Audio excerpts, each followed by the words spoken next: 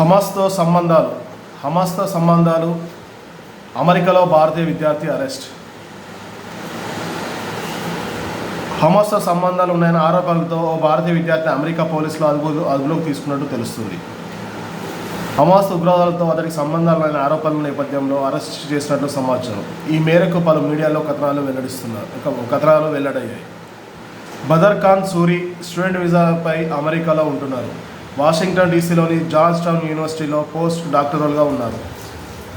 యూనివర్సిటీలో సూరి హమాస్కు మద్దతుగా ప్రచారం చేస్తున్నారని డిపార్ట్మెంట్ ఆఫ్ హోమ్ల్యాండ్ సెక్యూరిటీలోని అసిస్టెంట్ సెక్రటరీ ట్రీసియా మెక్మలన్ ఆరోపించారు. అంతేగాక ఉగ్రవాద సంస్థలోని పలువురితో అతనికి సన్నిహిత సంబంధాలున్నాయని ఆమె పేర్కొన్నారు.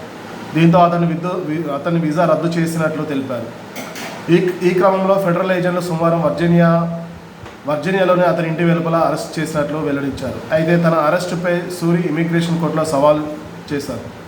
తనకు ఎలాంటి నేర చరిత్ర లేదని, తన భార్యకు పాలస్తీనా మూలాలున్న కారణంగానే తనను లక్ష్యంగా చేసుకున్నారని కోర్టులో ఆయన పేర్కొన్నట్టు తెలుస్తుంది. ఇక ఈ ఘటనపై జార్జ్ టౌన్ యూనివర్సిటీ స్పందించింది.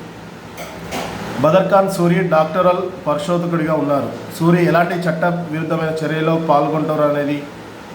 పాల్గొంటున్నారనేది, ఈ అరెస్ట్ కారణం ఏంటనేది మాకు తెలియలేదు. ఈ కేసుకు సంబంధించి బహిరంగ విచారణకు మేము పూర్తిగా మద్దతిస్తున్నాం. కోర్టు న్యాయబద్ధమైన తీర్పునిస్తుందని ఆశిస్తున్నామని ఒక ప్రకటనలో వెల్లడించారు. పాలస్తీనాకు మద్దతుగా ఆందోళన చేస్తున్న విద్యార్థిపై ట్రంప్ సర్కారు ఉక్కుపాదం మోపుతుంది. గత ఏడాది ఏప్రిల్లో అమెరికా విశ్వవిద్యాలయంలో పాలస్తీనాకు మద్దతుగా ఆందోళనలు చెలరేగాయి. దాదాపు 2000 మంది ఆందోళనకారులను అరెస్ట్ చేశారు. ఇక ఇటీవల కొలంబియా యూనివర్సిటీలో కూడా పాలస్తీనా మద్దతుగా నిరసనలు జరిగాయి. వీటికి మద్దతు తెలిపిన భారత విద్యార్థిని రంజని శ్రీనివాసన్ వీసాను DHS రద్దు చేసింది. దీంతో ఆమె స్వీయ బహిష్కరణకు గురైనట్లు అధికారులు ప్రకటించారు. సో భారత విద్యార్థి మరొక విద్యార్థి అమెరికాలో అరెస్ట్ అయ్యారు. ఇతను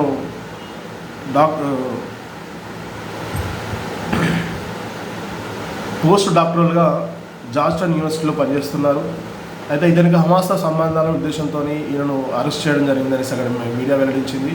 అయితే యూనివర్సిటీ మాత్రం ఇతనిపై ఉన్న అభియోగాలు ఏంటనేది, ఇతను చేసిన చట్టవిరుద్ధమైన ఏ పనులు అనేసి తమకు తెలియదనేసి తాము పూర్తిగా విచారణకు సహకరిస్తామని యూనివర్సిటీ ఒక ప్రకటనలో వెలువరించారు.